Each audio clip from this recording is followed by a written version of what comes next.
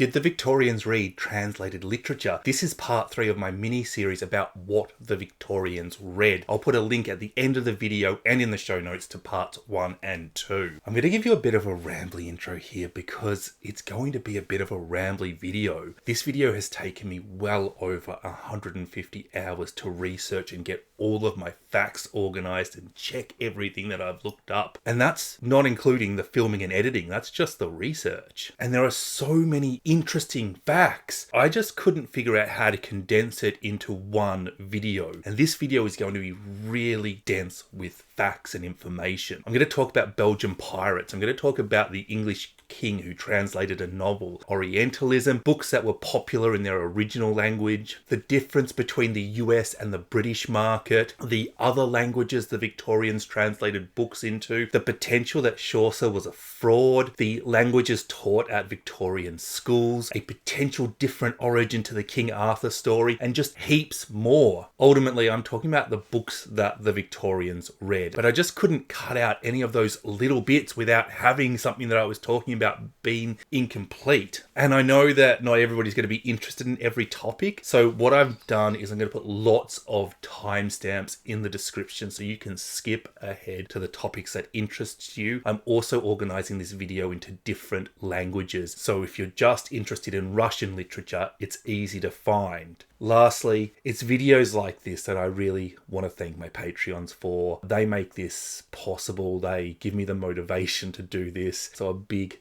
thank you to them. So did the Victorians read translated literature? There are two answers to this question, the simple answer and the complicated answer. Let's start with the simple answer. If you're familiar with Russian literature, the name Constance Garnett may ring a bell. She translated many of the great Russian novels into English. Being born in 1861, she was also a Victorian. Her translations of Ivan Goncharov's 1847 novel, A Common Story, was published in 1894.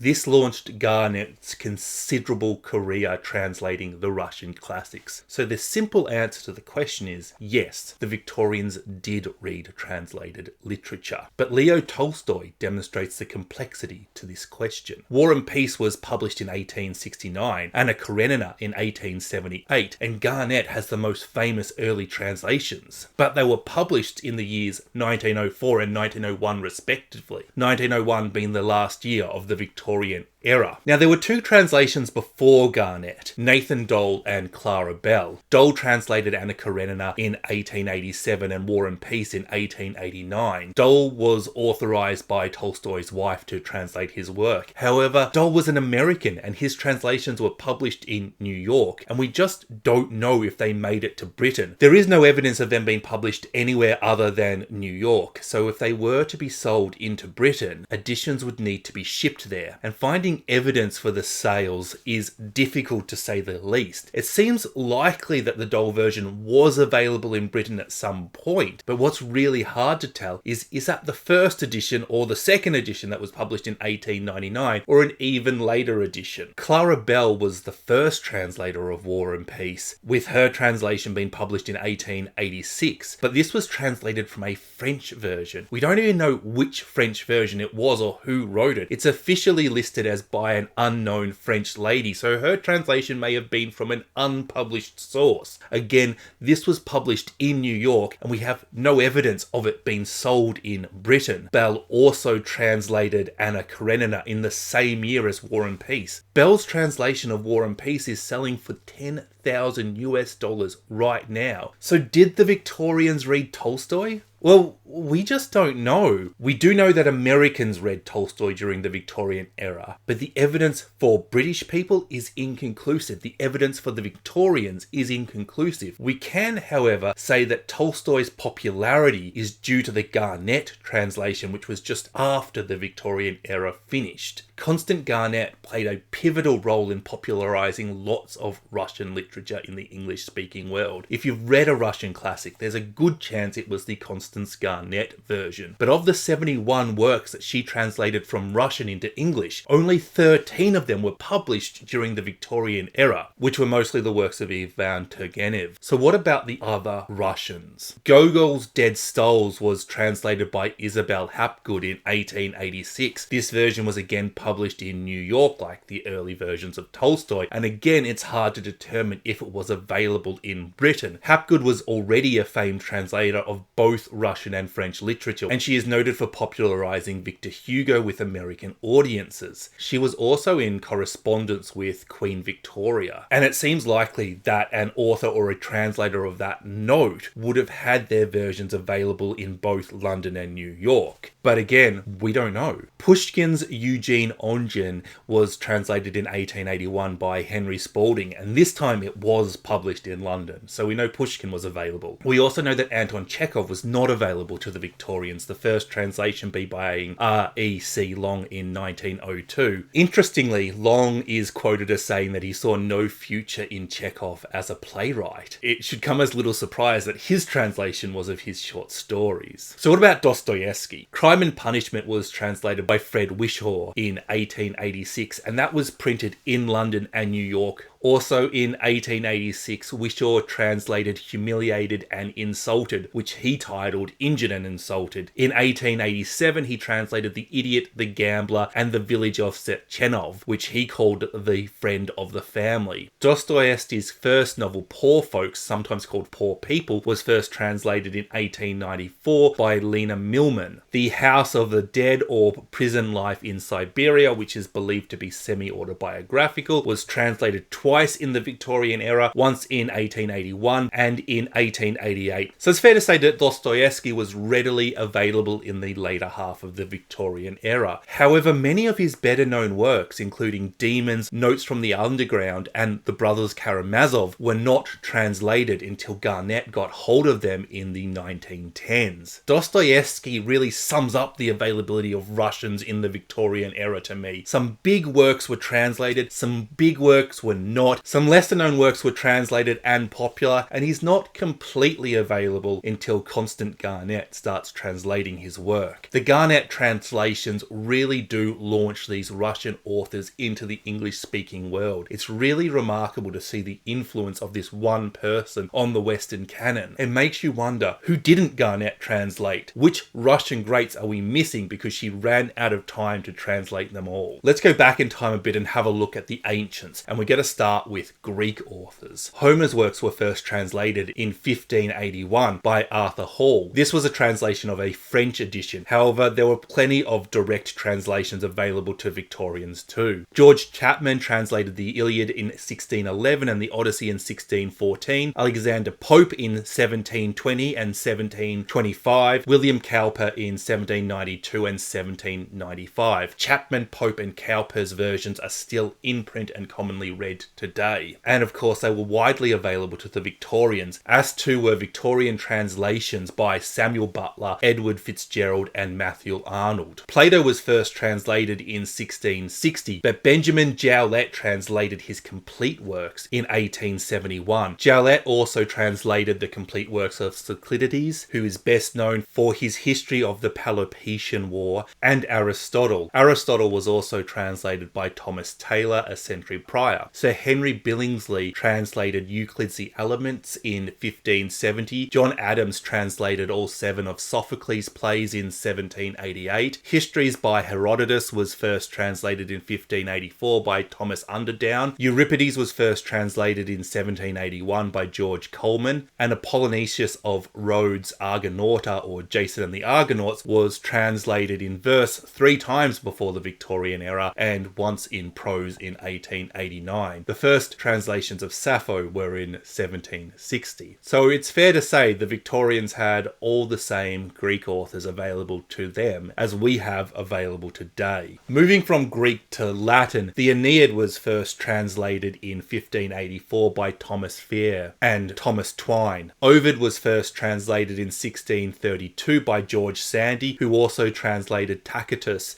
in the same year. The entire works of Horace were translated by 1746, and Boethius is said to be translated by King Alfred as early as 880. Whether Alfred translated it or whether a program set up by Alfred translated it is up for debate. Regardless of who actually translated it, the Victorians wouldn't have read it because it was translated into Old English. But this demonstrates the long history of translating Latin into English. Interestingly, Boethius had another famous translator. His work was translated into Middle English by Geoffrey Chaucer. Latin and Greek were the first two languages taught at school during the Victorian era. The teaching of these languages were also often restricted, the languages being primarily available at elite public schools and Oxbridge. The difficulties this placed on the lower classes to learn these languages helped fuel an existing demand for them, but they were also part of everyday Victorian lives. Adaptations were made of these stories, and Victorian literature is full of allusions and references to the Greeks and Romans. Dorothea Brooks is compared to Antigone, Dorian Gray to Narcissus, Becky Sharp to Circe, Heathcliff to Prometheus, Helen Graham to Diana. Angel Clare's musical talents are comparable to Orpheus's. John Thornton's blacksmithing ability is compared to Vulcan, and Sidney Carton is compared to the Phoenix. I've just named Eliot, Wilde, Thackeray, all three Brontes, Hardy, Gaskell and Dickens, and you'll be hard-pressed to find a major Victorian author who doesn't reference either of these cultures. The availability of Greek and Latin translations is perhaps unsurprising considering the works we are discussing are around 2,000 years old. So what about their modern forms, Greek and Italian? Yeah, I know, Latin was the precursor for all the Romance languages. Don't come for me in the comments, it's a bad segue. There's very little evidence of any works of modern Greek being translated into English and available to the Victorians. The exceptions I could find is Locus Laris by Demetrios Vikeles, which was translated in 1881 by George Grendius. Vikeles is much more famous for his role in setting up the Olympics and being the co-founder and first president of the IOC. He's also famed for translating Hans Christian Andersen and William Shakespeare into Greek, and the article I read insinuated that he used his influence in the translating world to get his novel translated into several languages. It was never translated again. Another Greek translator, Stephan Xenos, had 4 books translated, 2 of which he translated himself. He also had The Devil in Turkey, which was translated in 1851, and Andronike, the heroine of the Greek Revolution, which was translated in 1897. All of these works are pretty obscure, and I can't find any other evidence of modern Greek literature being translated. But nonetheless, Greek translators were making a living, and this leaves me to conclude that Greek literature was translated. It just wasn't very popular, and the evidence has been lost. But we don't have that same issue with Italian. Italy has a long tradition with children's literature, and the most famous of them must be Pinocchio. Originally published in 1883, it was translated in time to be a Christmas hit in 1891. Mary Alice Murray's translation captured the humour, the irony and the pathos of the original novel, ensuring that Pinocchio could be a book enjoyed by both children and adults. Machiavelli's The Prince was first translated in 1640. It was subsequently translated 3 more times before the Victorian era began, in 1720, 1762 and 1810, and then during the era in 1882. The Art of War, Florentine History and Discourses with Livy were also translated in the 17th century. Machiavelli's fictional work was translated too. Belphegor, which is often translated as Devil's Stories or The Marriage to the Devil, was translated twice, once before the Victorian era and once during it. The Mandrake, a satirical play, was translated in 1883. Dante's Divine Comedy was translated a lot. In 1782, Inferno was translated. In 1785, the whole comedy was translated. In 1805, an alternative version was translated. 1807 and 1812 saw 2 new versions of just Inferno translated. The Victorian era saw the Divine Comedy translated in part or in full an incredible 33 times in Britain. It was only translated 3 times in the US in this period for comparison, and 33 times is just ludicrous. That number of translations, that doesn't happen if a book isn't popular, but there are a few other reasons that this number is so inflated. Dante is difficult to translate translate. He invented a weird rhyming verse that is hard to replicate in English. There are so many references to medieval Christianity and Christian figures that modern readers require a bit of explanation and hand-holding for. Dante uses complex symbolism, and a lot of this is lost when directly translated into English. And on top of this, he's 700 years old. Even in the early Victorian era, that was 500 years ago. There's no commonly agreed upon best translation of Dante, and it really does mean that there is more room to translate him. Different translations decide to focus on different things. Some focus more on the poetry, some on the symbolism, some on the accuracy, some on the feel. Still, to have a new translation come out approximately every 2 years, that has to demonstrate the popularity of Dante. The Decameron is one of the most influential books in history, and as an interesting aside, it's often nicknamed the human comedy, and it was Giovanni Boccaccio who first called Dante's comedy divine. The first complete translation of the Decameron was in 1886 by John Payne. However, this translation was published by the Villian Society for private subscriptions, meaning that the average Victorian reader still couldn't obtain a copy, and it wasn't until 1925, when Payne's translation was reprinted, that the average reader could get a complete copy of the Decameron well after the Victorian era finished. But that doesn't mean that the Victorians didn't read the Decameron, at least in part. The Decameron is a collection of 100 short stories sitting inside a framing story, and there are several incomplete translations, or rather Bowdlerised translations, which is where they cut out all the rude bits. It is probable that the Decameron influenced Chaucer's Canterbury Tales in some way. While the similarity of the framing is clear, there is conjecture that Chaucer met Boccaccio when he visited Italy. Both books were very bawdy and satirical, and there are numerous similarities between the two texts. I could do a whole video on this aspect alone, but I will summarize it. There's a lot in common, but there are so many different tales. Determining what is influenced by and what is simply a coincidence leads to academic disagreement. But I will note that Chaucer's poem, The Legend of Good Women, also seems to be based on Boccaccio's On Famous Women. Both works deal with the lives of women from myth or history, and of the 10 women in Chaucer's works, 7 were included in Boccaccio's. And while that does seem to be quite a lot, it's worth noting that Boccaccio's version included 106 women. So coincidence or not coincidence? The influence on Chaucer will be debated, but the influence of the Decameron on Shakespeare is clear. All's Well That Ends Well is based on the ninth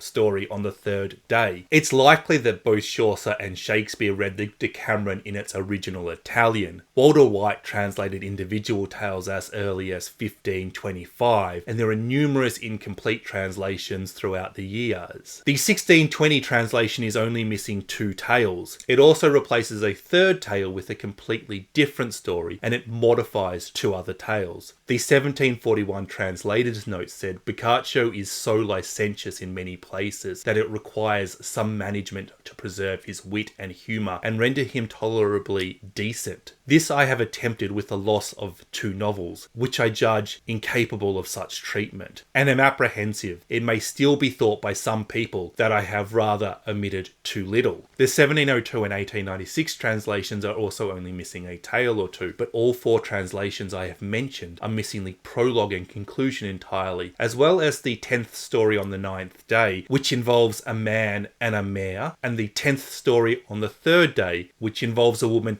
wait for it, enjoying sex and becoming an expert lovemaker. Many of these translations also change the 10th story on the 5th day to exclude the homosexual innuendo. The 1822 and 1855 translations claim to be complete, however, they were also missing the prologue and conclusion and leave several parts of the tale of the expert female lovemaker in Italian or French and completely omit several lines of the story with a horse in it. It's so mind-blowing to me that historical translators are really saying that a woman reaching climax, and that act involving a man and a horse, which I won't say lest YouTube demonetize me, was somehow equally repugnant. The poor wives of these translators. The Decameron really reminds me of the Arabian Nights, and I could do a whole video on the translations of the Arabian Nights. It's so complicated. It first appeared in English in 1706, which was a translation from the 1704 French version, which was the first version to appear in Europe, containing 69 stories. This version is a recension of the Syrian manuscript, and it adds in two of the better known heroes, Aladdin and Ali Baba. The Syrian manuscript itself is not the original. The first known recording of the book belongs to a Jewish merchant in Egypt in 1150. However, there is evidence from over 200 years earlier of a collection of stories existing in Baghdad. The Arabian Nights were originally an oral tradition, and there are many different versions. Different tales were added into them over time. Sinbad the Sailor, for example, is a relatively late addition. The stories themselves have a huge range of different influences. While mostly from between Persia and India, we can see influences from as far away as Egypt and Java. When we're looking at the translation of the Arabian Nights, we're better to compare it to translating the Gospels rather than Tolstoy. The origins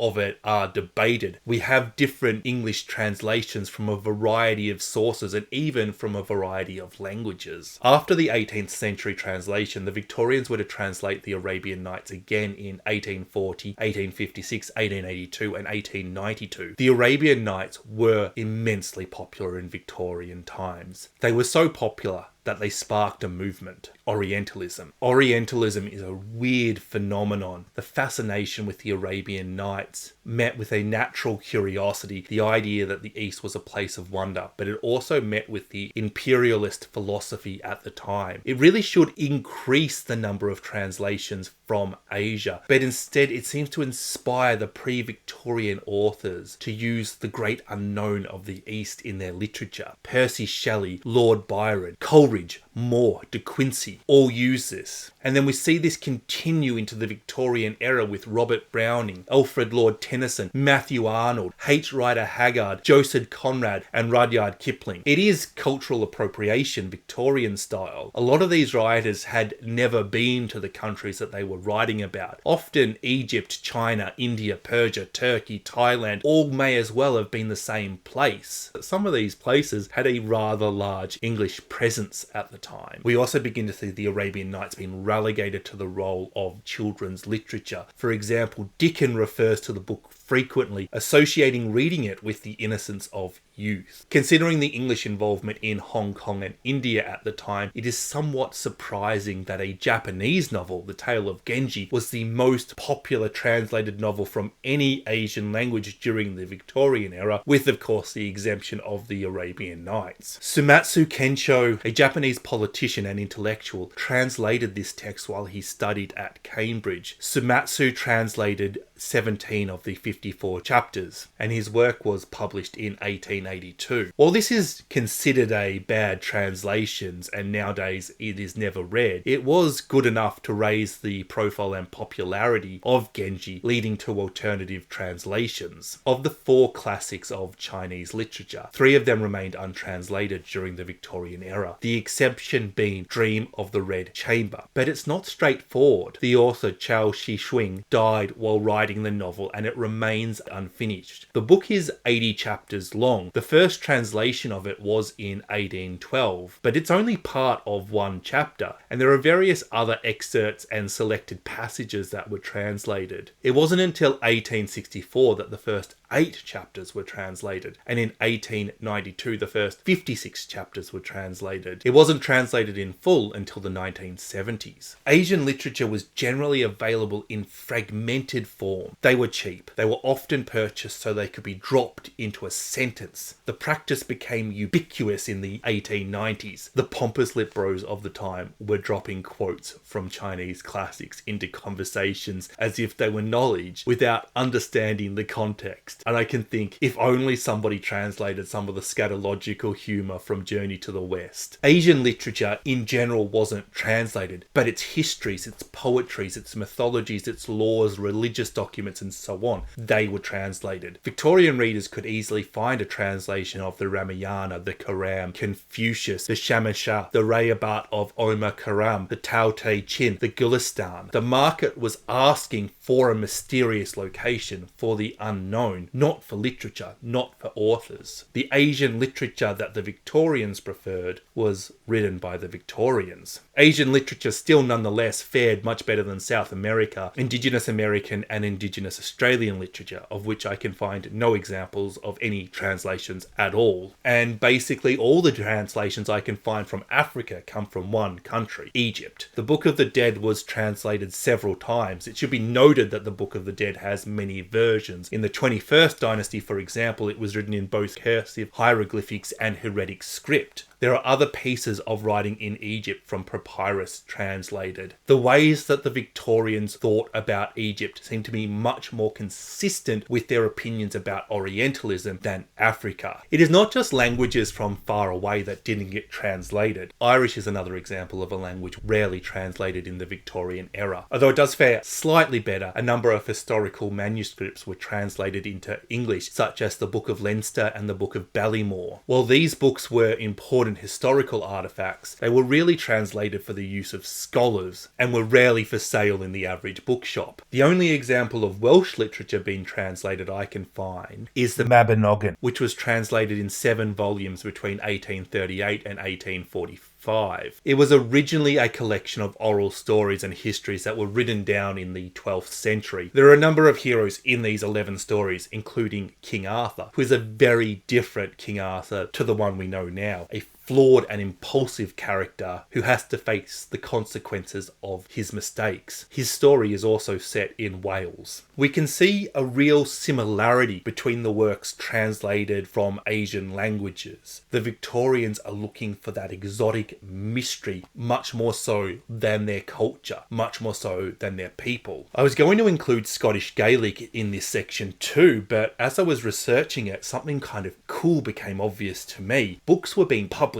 in Scottish Gaelic during the Victorian era, and not just printed in, but translated into Scottish Gaelic. Upon research, it became clear they were also being translated and printed in Scots, Irish, Welsh, Cornish, and even Manx. Religious texts were the most common books translated into these languages, but also popular literature such as The Pilgrim's Progress, Homer, Virgil, Sir Walter Scott, and Robinson Crusoe were all translated. What is really interesting is that when I try to find the famous Victorian novels originally written in English and translated into these languages, there appears to be a real lack of translation. For example, Jane Eyre was first translated into Doric, a dialect of Scots spoken in the northeast of Scotland, in 2018, into Cornish in 2020. The only Welsh translation I could find was in 2008, and this edition comes from running the Webster's Welsh Thesaurus over the text. The same process was used to create the Irish version in the same year. I'd like to put a caveat on this research. I don't speak this language. A lot of the research available is in these languages, so I can't be completely thorough. I can find plenty of evidence to say that Jane Eyre has been translated into Welsh and Irish, for example, but no record of who did it, when it was done, and who the translator was. All I can find is the Webster's Thesaurus translation. While there may have been a relatively small selection, we can see that the Victorians were translating books into languages other than English on the British Islands. And that's really cool, I think. We've really just got the European languages to go.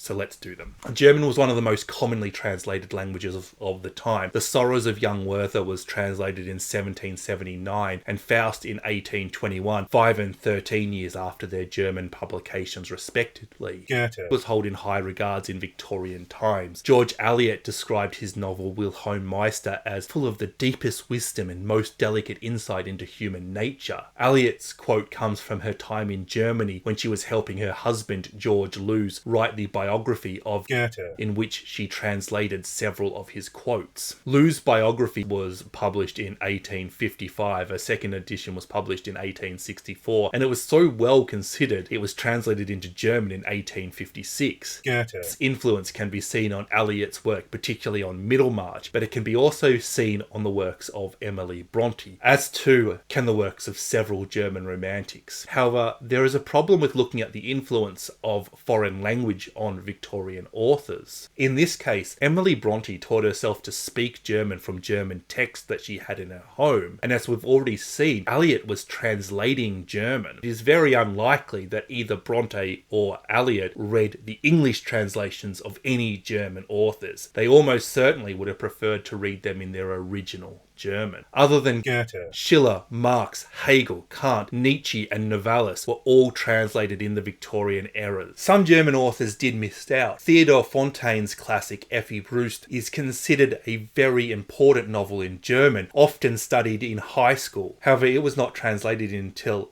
1962, and it is still a relatively unknown classic in the English-speaking world. Moving on to Spanish, Don Quixote was published in 1604, with the second part being published in 1615. Such was the instant success that it was translated into English by Thomas Shelton in 1612, meaning that he needed to do a second translation in 1620 to include the second part. A further 10 translations of Don Quixote were published before the Victorian era, and another 3 during the Victorian era. Don Quixote was so popular that a fake version was published, and even this was translated into English twice. If you've read Don Quixote, you may remember it makes reference to another novel, The Life of Lazarillo de Tormes and His Fortunes and Adversities. That was published in 1554. This was published anonymously because the author was very humble, and not because it was controversial for its anti-Catholic ideas, which were circulating at the time of some sort of murderous death cult in Spain having a go at anybody who wasn't Catholic. This novel was translated into English multiple times, but Thomas Rothko's 1832 translation popularised this novel in the English-speaking world. The novel itself sounds really interesting. It is a 1554 novel about a fallen woman. It has an interracial family. It is the first novel to depict a child as a child instead of a small adult, and it is all set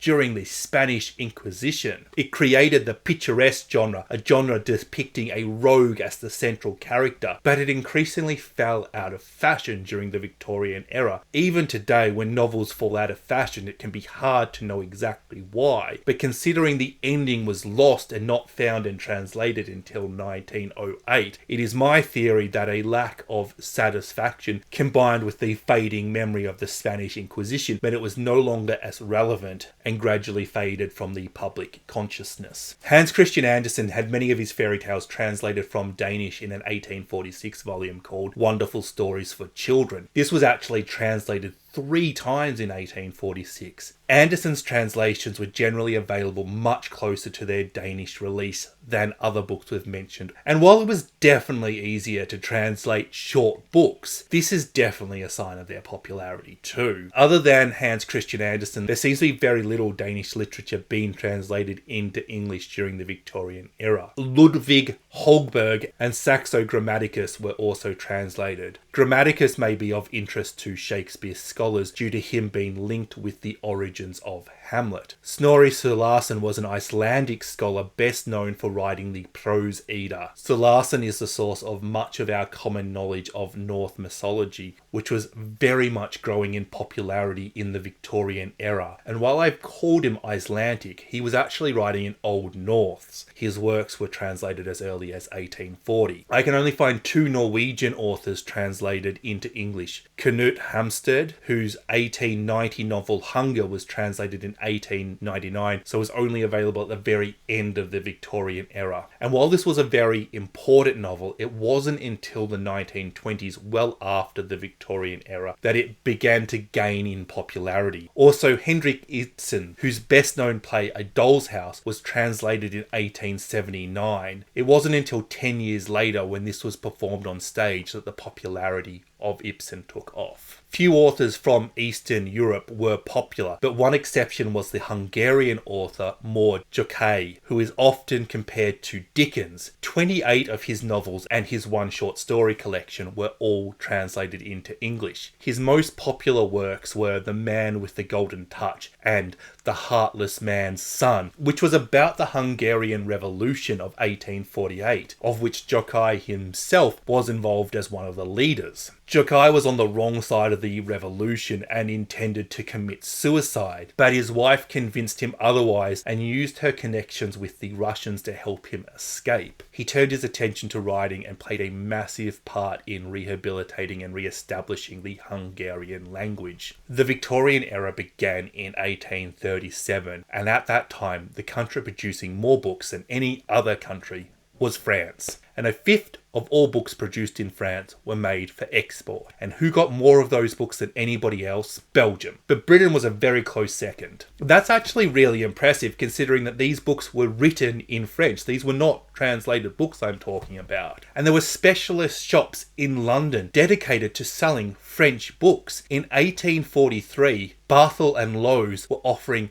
45 different titles from Alexander Dumas. The following year, Dumas was to publish 5 additional titles, among them The Three Musketeers and The Count of Monte Cristo. At the time, Dickens was selling between 20 and 40,000 copies for his novels. The following year would see Vanity Fair, Wuthering Heights and Jane Eyre all sell 40,000 copies as new releases. The Three Musketeers sold 73,000 copies, and The Count of Monte Cristo 110,000. One critic put it, Dumas was laughed at by all of Europe, despised by all of Europe, but he was read by all of Europe. George Lewes was even quoted as saying, even the highest person in this realm is impatient for the continuation of these endless romances. Queen Victoria was generally considered a fan of British literature and rarely read anything other than that. But for Dumas, she made an exception. Among Dumas' other famous fans were Charlotte Bronte and Elizabeth Barrett Browning. Dumas' production methods were considered controversial. His writing style was controversial, but his popularity was clear. 4 translations of The Count of Monte Cristo and 3 of The Three Musketeers all appeared in 1846, all trying to cater for different authors. Some of these would go on to be illustrated, and some, such as Emma Hardy's version of The Count of Monte Cristo, were faithful to the text and didn't cut out the controversial cross-dressing lesbian scene, which is often cut out even of today's versions. Dumas' controversial writing methods made him prolific, and the Victorians saw translations of 20 years later, the Vicomte de Bragelonne, which was broken up into 3 parts, the Vicomte de Bragelonne, Louise de la Vallerie, and The Man in the Iron Mask. This collection, along with The Three Musketeers, is often called the D'Artagnan romances. Dumas also had translations of The Black Tulip, The Corsican Brothers, The Wolf Leader, all 7 books of the Marguerite de Valois romance,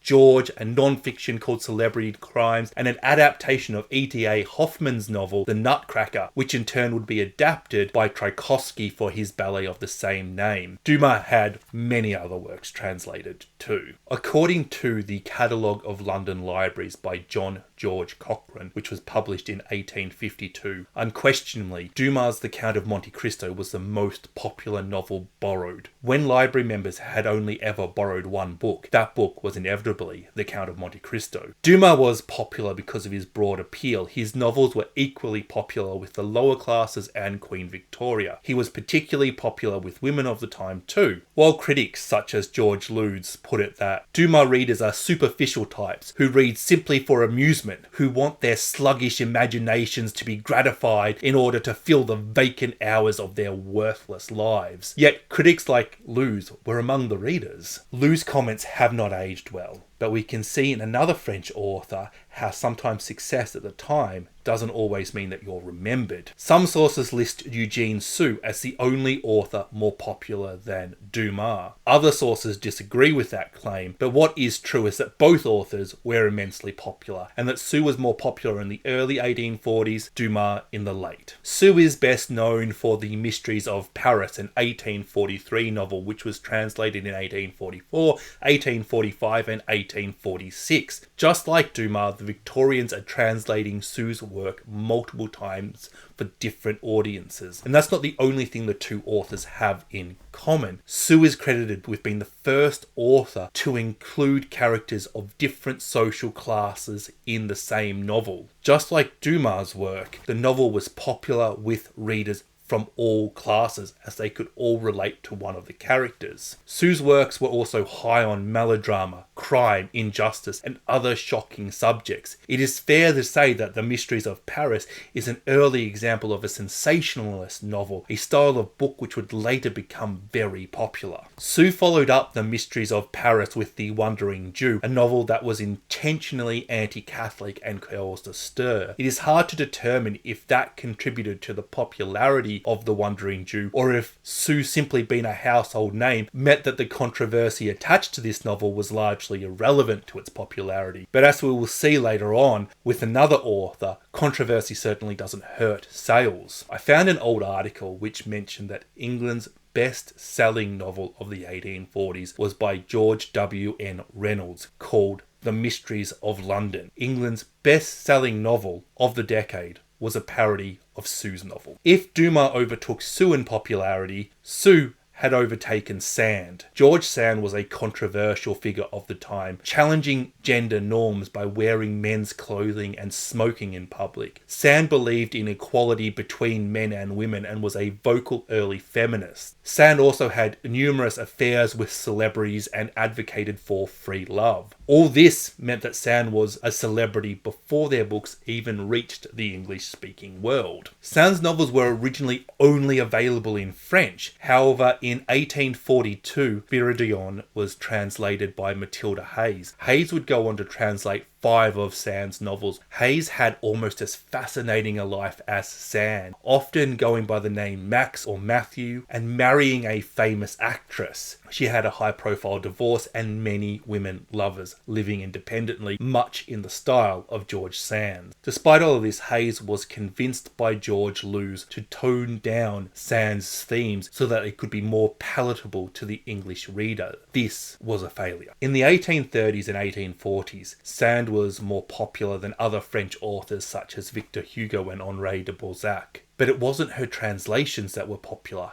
It was her works in the original French. Sand challenged expectations and social norms wherever they went. And if any writer could be a major success in a foreign language, but to go on to be a bit of a flop when they were finally translated into English, it's somehow fitting that it was Sand. They were never what they were expected to be. All this is not to say that George Sand was not read in translation. They most certainly were. But not to the level you would have expected from their success. Victor Hugo's writing career spanned almost as long as Queen Victoria's reign, over 60 years. Les Mis was released in 1862, and just like Dumas and Sue, the Victorians are wasting no time translating his work. The Charles E. Wilburn translation was out in June of 1862, the Wraxall translation in October that same year, and then the following year a revised translation of Wilburn's work was completed. Hugo's other works also received a speedy translation. The Hunchback of Notre Dame was released in 1831 and translated twice in 1833. Victorian readers would get an additional 5 translations of this novel to pick from. And Hugo's last 3 novels, Toiler of the Sea, The Man Who Laughed, and 93, were translated in 1866, 1869, and 1874, the same year they were published in French. One can only imagine how quickly a new book by Elena Ferrante, Haruki Murakami, or Junpei Lahiri would be translated today. And we see that same urgency with Hugo, with Sue, and Dumas in the Victorian era. For almost all the other translations I've mentioned, barring Hans Christian Andersen, there's a real delay in translation. But that's not the case with these 3 authors. These guys are not just dead certs to sell out. There's a race to get the translation out. Les Mis and The Count of Monte Cristo are almost 1,500 pages. The Mystery of Paris is 800 pages. These are big books. They take a long time to get translations out. In comparison, Honore de Balzac, who was widely read, had to wait approximately 15 years for Cousin Bet, Lost Illusions, and Eugenie Grandet to be translated. His most famous work, Le Pierre Garot, was not even translated until the 1890s. The popularity of Dumas, Sue, Sand, and Hugo caused a wave of British nationalism. One prominent article of the time complained that Italian chefs and French authors were stealing jobs of hard-working English folk. Does that sound familiar to anybody? The nationalist sentiment continued into professional critics. A review of Anne Bronte's The Tenant of Wildfell Hall compared it favourably to Dumas' work. Bronte, like a lot of Victorian authors at the time, were writing great books, but in a completely different style to Dumas. This comparison is an absurdity. The critics had no effect on the French authors, but the irony of it was that in 1939, before he became the superstar author he was still to become, Dumas praised Sir Walter Scott in an interview with the Court and Lady magazine, crediting Scott's historical romances and acknowledging the humiliation that his country's authors felt and acknowledging the challenge they face in seeking to outdo Scott in the genre that he had created and popularised. It was the British authors that inspired the French. In the late 1840s and early 1850s, copyright and piracy were a big topic. Remember, there's only one country which is importing French books quicker than the English: Belgium. There was no international copyright, and French books were going into Belgium, being reprinted and exported all over the world, but to one country more than any other: England. This obviously upset French publishers. It also upset English publishers, as those naughty Belgians didn't just sell pirated English books into France, but back into England as well. In 1851, a copyright treaty was set up between England and France, and in 1852, an international copyright treaty was set up. Brussels was quickly out of the piracy business. Who was the most popular author to pirate? Dumas.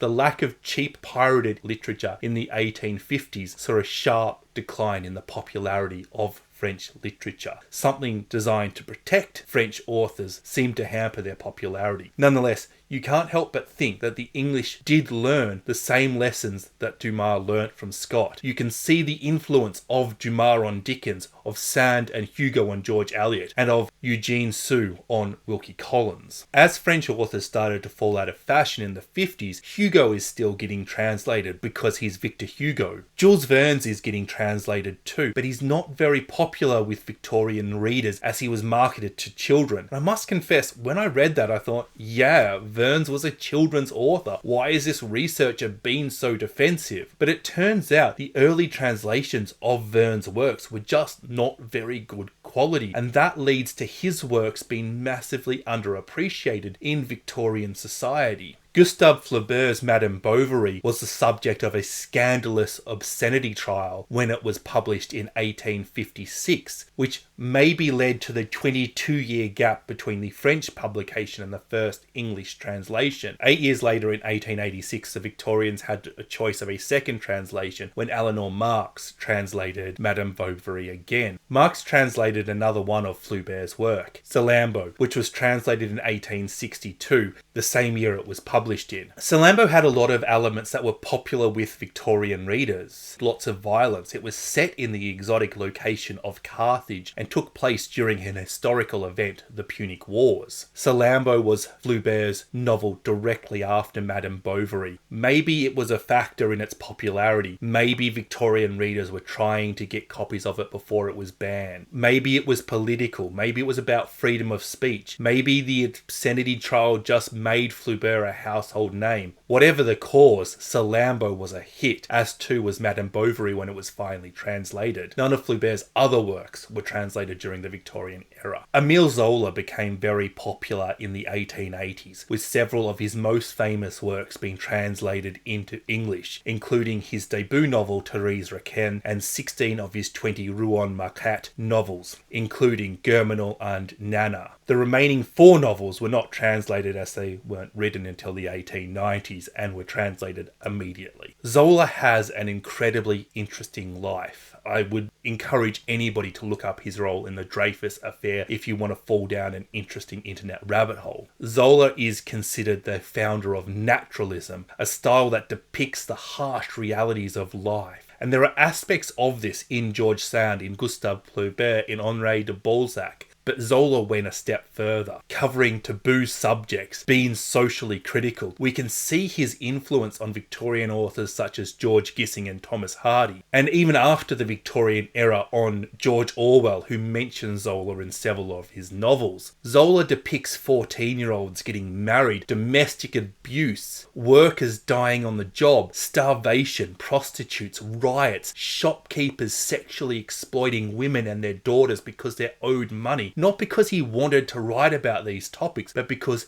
they're the realities of life. They're the situations people live in. He's rejecting the ideas of romanticisms that had dominated literature at the time, and this was immensely popular. And when we think about controversial authors, we rarely think of Zola, but I can't think of another author who was assassinated, and then at his funeral, one of his mourners was shot in the arm in a failed assassination attempt. Zola rarely comes up in conversations about banned books, but certainly as an author, he faced the ultimate silencing. I have left out countless authors and countless books in this video. To include everybody would simply be exhausting. The Victorians, they didn't read translated books like we did, but they clearly read translated books. I will be making more of these research and reading style videos, so if that is of interest to you, please hit that subscribe button. For my regular subscribers, don't stress, I will still continue to make my usual book review content as well, but you're just going to get a bit of both. I really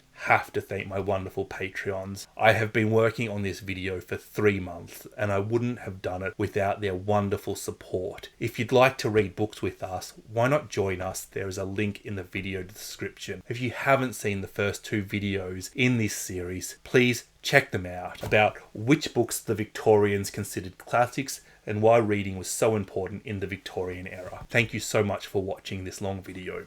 Bye bye. Peloponnesian War. Penelopean War. Peloponnesian War. For his history of the Peloponnesian War, Marx translated another one of Flaubert's work, Salambo.